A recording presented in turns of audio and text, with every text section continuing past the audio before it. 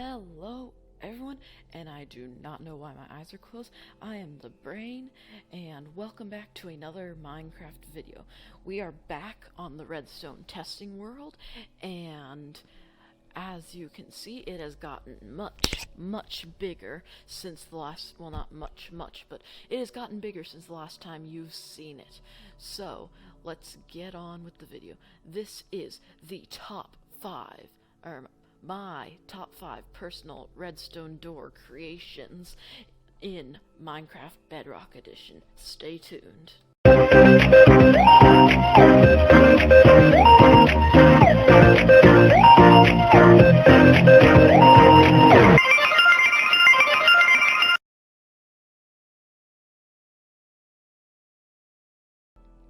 The first door up on our list is a door that some of you might recognize. This is the only door that I have already shown off in a previous video, and it is number 5, the worst door on this list. And a few of you seemed to be quite impressed with it previously, so yes, make sure to go. I'm not going to get too in depth on how it works in this video, so go watch my 3x3 piston door video to see how this works. Why do I have a lever there? Button. Ah. Oh, that. Yes, you don't want to get stuck in the door. Do not get stuck in the door. And yes, that is that one. And let's get ready for our next door. And the next door on our list is the, drumroll please, 5x4 TNT door. What could it be? What secrets is it holding?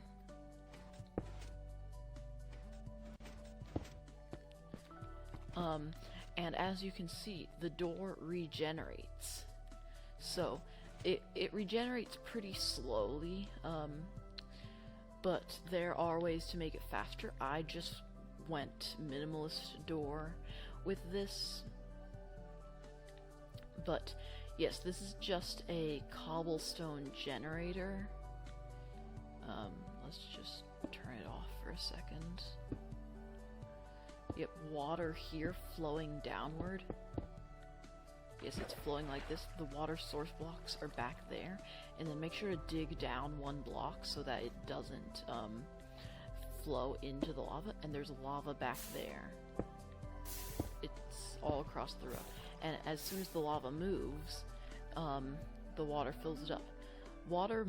Lava, I believe is still somewhat random on the Bedrock Edition, but on the Java Edition it was standardized to flow every,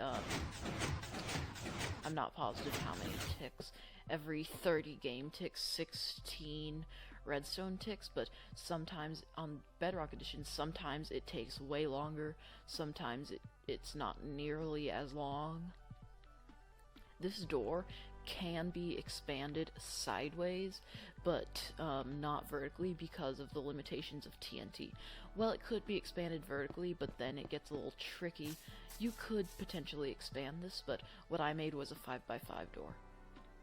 And if you set this up the right way, aka very differently than I set it up, you could make this regenerate very quickly. And this door still requires some fine-tuning. These are sticky pistons to pull up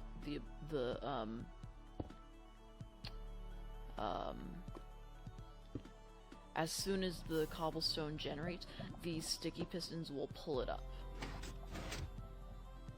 Yep. And then these pistons will push it forward. As soon as this observer back here, hold on one second, we've got an observer there. As soon as it detects that lava has caused cobblestone to form, it will send a pulse to fire to fire these pistons, and then to fire these pistons 3 ticks later. It takes exactly 3 ticks on the Bedrock Edition for pistons to move. And I also have it on a relatively slow redstone clock that is 4, 8, 12, 16, 24 tick clock. Yeah, and you just need to make sure that the pistons, like, these need to fire 3 ticks after these, and these need to fire 3 ticks after these. So you need to just make sure you have the timings proper. You have the proper timings, and pistons can push 12 blocks. So be aware of the piston push limit. But if you add another cobblestone generator about 12 blocks in that direction, pushing it directly into this block, you could make them generate fairly quickly, because when this one can't generate, this one over here will push it in. And yes, if you want to see the door opening,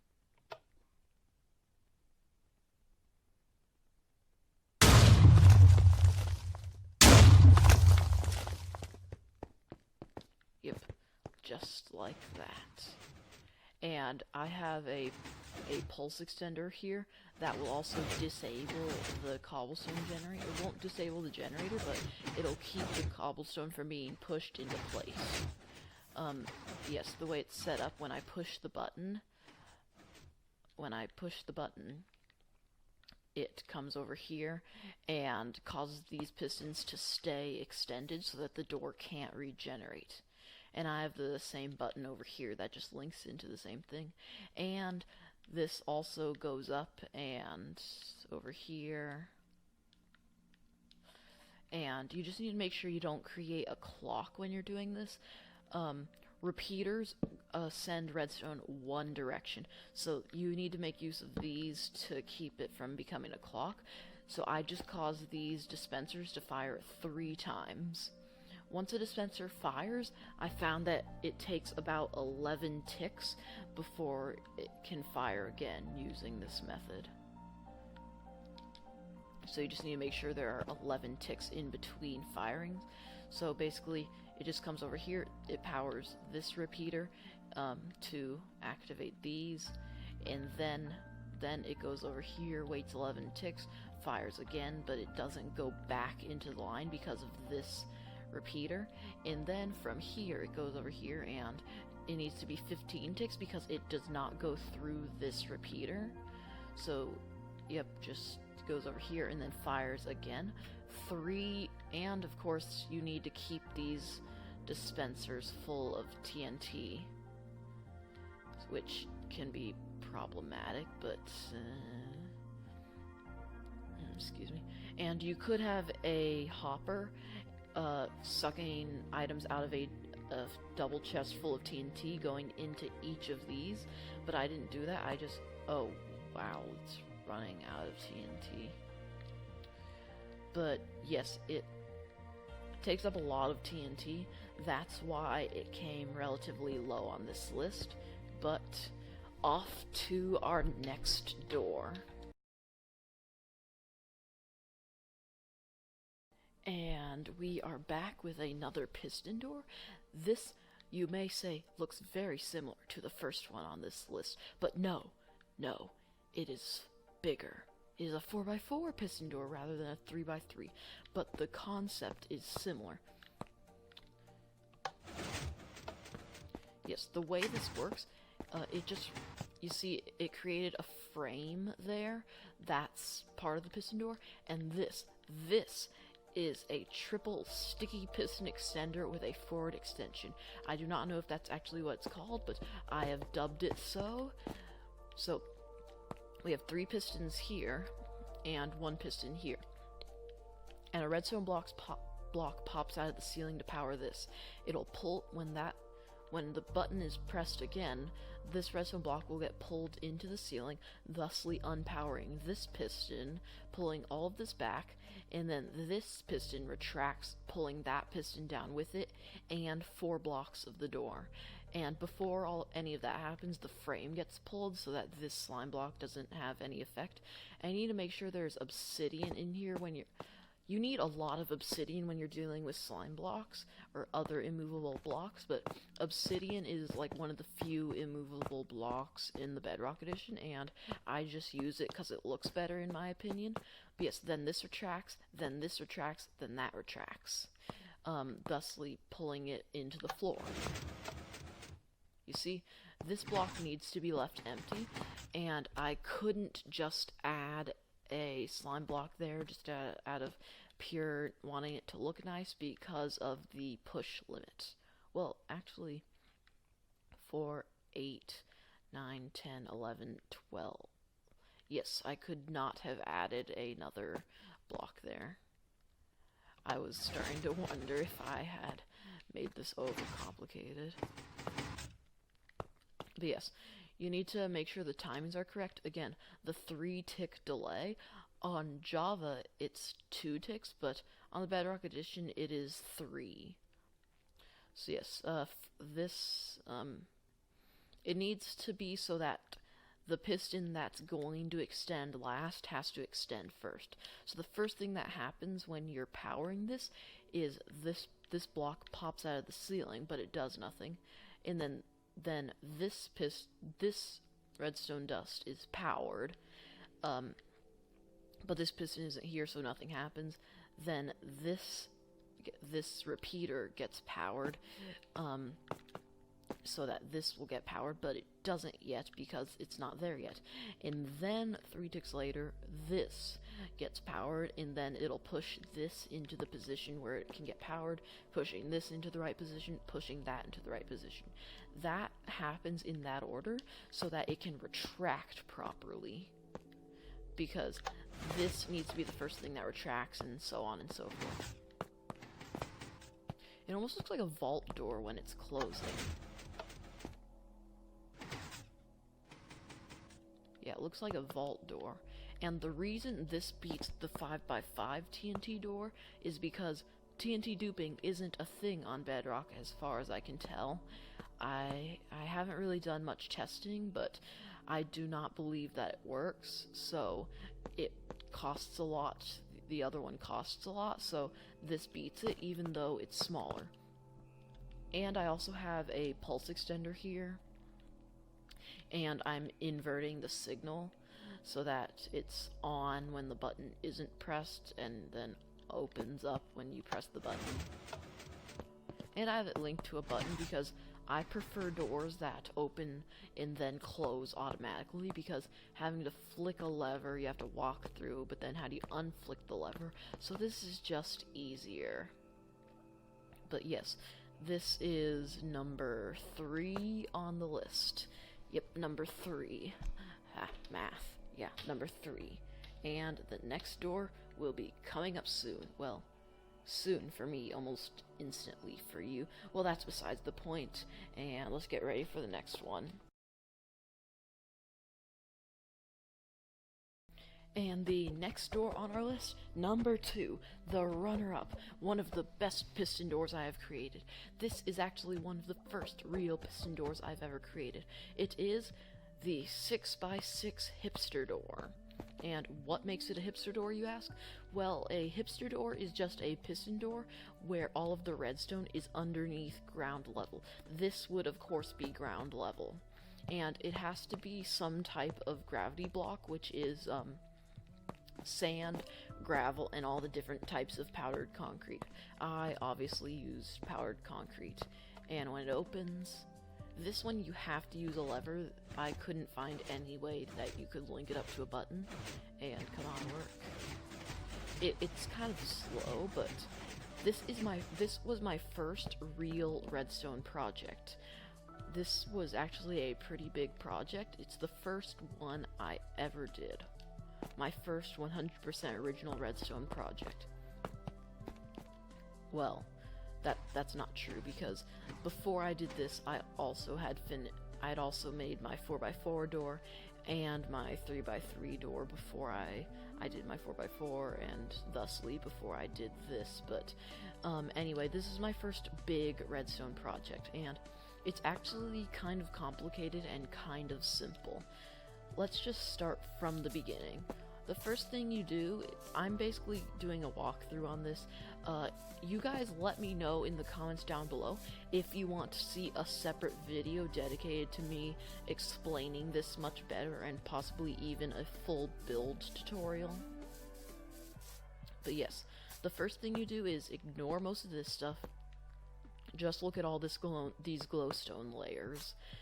You just connect redstone up to all of these pistons, and then go up one block.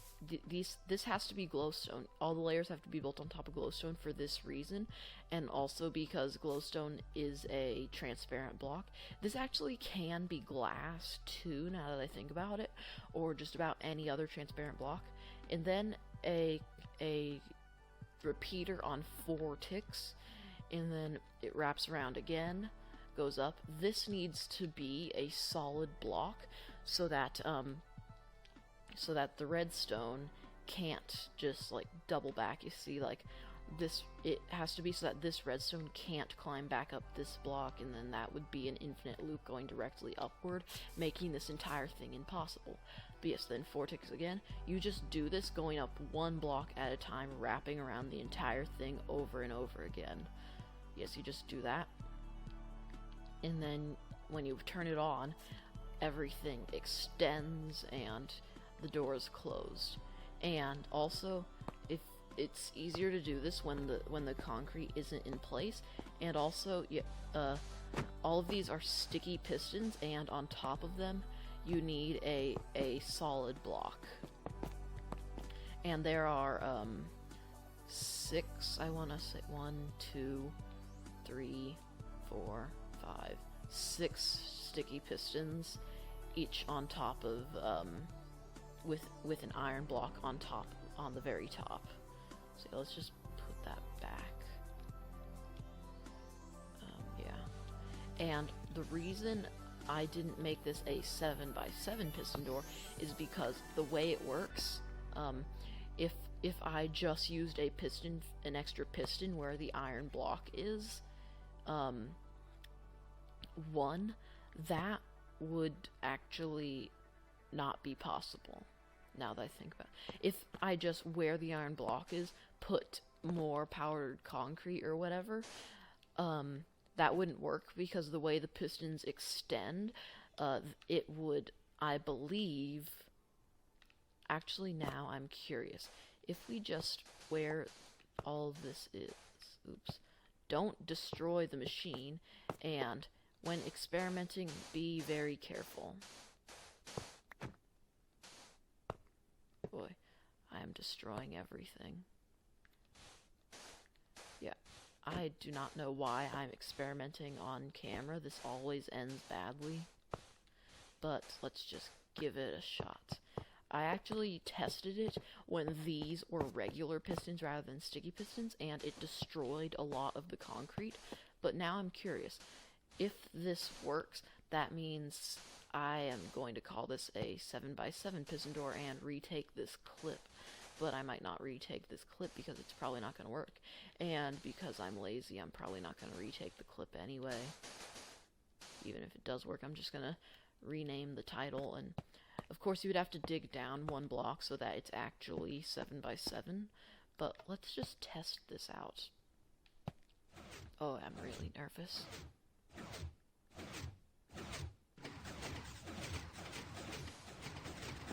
Oh, yep, it doesn't work.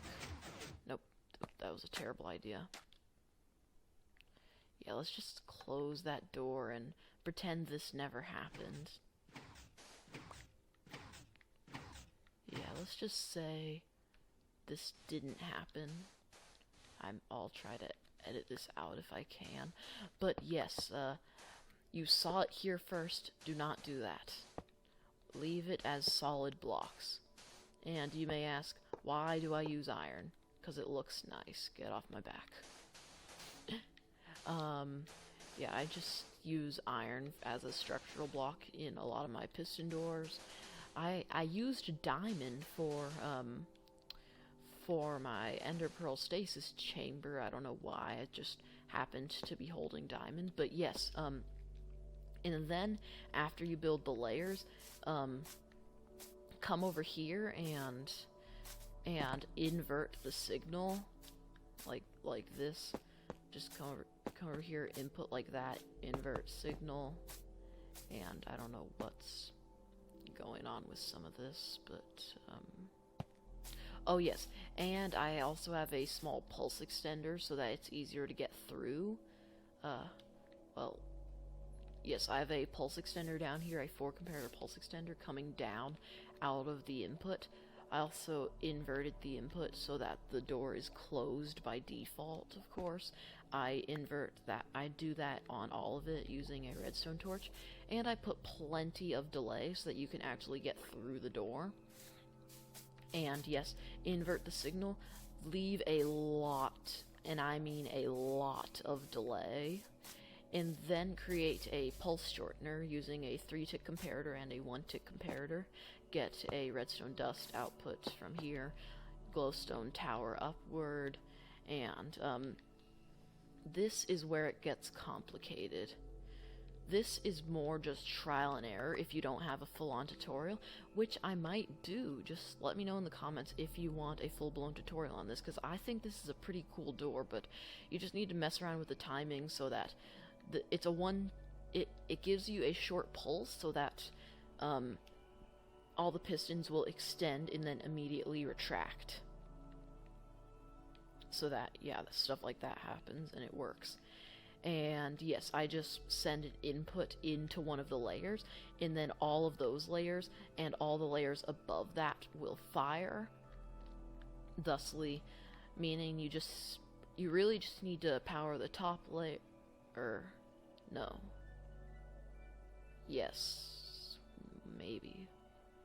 You need to power this layer, and then it'll power all the pistons above that, and then you power the layer below that, powers all the layers above that. You just really need to do that going down pretty much, and you need to make sure you have the right delay. It's more just fiddling with it, trial and error sort of. But seriously, I'm willing to do a full tutorial on this, but since I don't really have time to do a full tutorial in this video, because this is pretty complicated, let's get ready for the #1 piston door that I have created in Minecraft. And I am back with another piston door. What happened? Door. Yes, this is the #1 door, and you may be like, what? You just showed us a 6x6 hipster door. What could be better than that? I know, right? Well, how about a door that is ridiculously complicated? Yes, I am talking about the flush 3x3 piston door. Cricket noises. Yes, this is pretty complicated. I did not look up any tutorials for this. So all of these doors are just me. I did this all on my own with no tutorials. And yes, you might want to see the opening sequence though. Cool, right?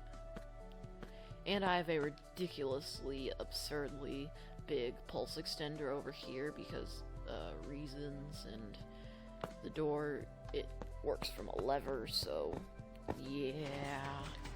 I couldn't find a way to operate this out of a button, so yes, okay, let's take this from the top, and I mean the top. So yes, let's just unpower this so that it's easier to see. See, when you flick the lever, it activates this double sticky piston extender with a forward extension. Yes, first, it comes over here and plops a redstone block downward to power this piston, and then powers that piston, but technically this piston is getting powered first because of the way double sticky piston extenders work, or sticky piston extenders work. and then this gets powered. But technically, this is the okay, the very first thing that happens is that this gets powered, and why is that redstone dust there? Yeah, first this gets powered, then 3 ticks later, this gets powered, then 3 ticks after that, this piston up there, there's a piston underneath that block, just take my word for it, pushes this redstone block down, powering this, then this gets into the right position so that it can get powered, and then this goes into the right position so that it can be powered. And yep, that's just how it works, and that's the top extension. Yes, that is part of the door. And this is where it gets more complicated. And I mean way more complicated, and I'm sorry this is so ugly. I couldn't do anything about it. I really tried. Firstly, what happens is it powers these 6 pistons down here, which what they do is push these 6 blocks upward, and then these 2 redstone blocks come in from the walls to power these 2 pistons on the sides. And then here's the complicated part. How do we power the middle piston? Well, with a double sticky piston extender, of course, and don't forget that forward extension. Yes, it brings these 2 redstone blocks upward, and also 2 more pistons over here push these 2 blocks inward to fix that 1 empty spot. And this double sticky piston extender powers this piston and that piston. It goes up twice and then forward. I'm sure by now you know how to use double sticky piston extenders. And it gets powered using a redstone block that pops in from the ceiling, because it's really difficult to do stuff like this in compact spaces, so double sticky piston extenders are your best friend. Yes, the redstone blocks are in the correct position so that they can power those 2 blocks, and a ridiculously long pulse extender so that all this works, and also the signals need to be opposite of each other. This side needs to be on because of the way I power these pistons using redstone torches, which are inverters. You need to invert the signal using a redstone torch, so that like you can double invert the signal. A double negative equals a positive or something like that. Double positive equals a negative. I don't think that's how it works. Never mind. And make sure no redstone dust touches oh, that explains it. Yeah, make sure the redstone dust doesn't touch these blocks, because that causes problems due to these repeaters powering these blocks. And then, yeah, that's what happens. These go upward. But while this needs to be on for the door to be closed, or rather open. For the door to be open, this needs to be on, and this needs to be off because of the way it works. So you need a redstone torch to invert this signal, or it could be the other one, I'm not sure. You just need to make sure these signals are opposite of each other, and the good thing about this door, the reason it makes number 1 is because it's flush. And that means it's completely flat with the wall, meaning that it's easy to hide in the side of a mountain. Yes, you can hide this in the side of a flat mountain, which generate quite commonly in Minecraft for some reason. Flat mountain sides. So you just like carry a lever around with you. You just have a lever that you carry around with you. Yep, a lever that you carry around when you reach your base. Oh, look at this beautifully naturally generated mountainside. Psych. Psych.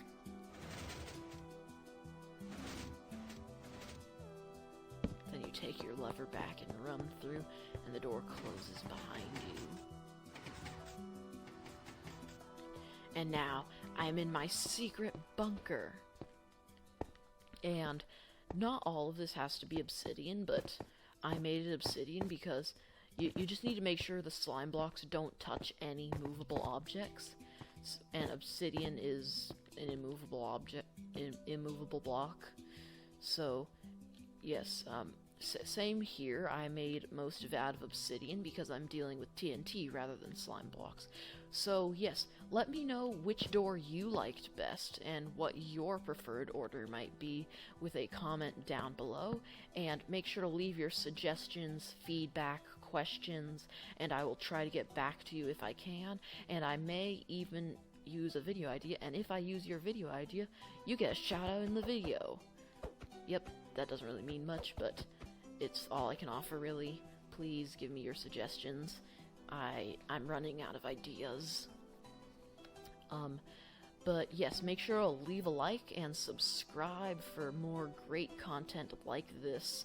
And also, make sure to click that bell icon if you want to get notified every time I upload.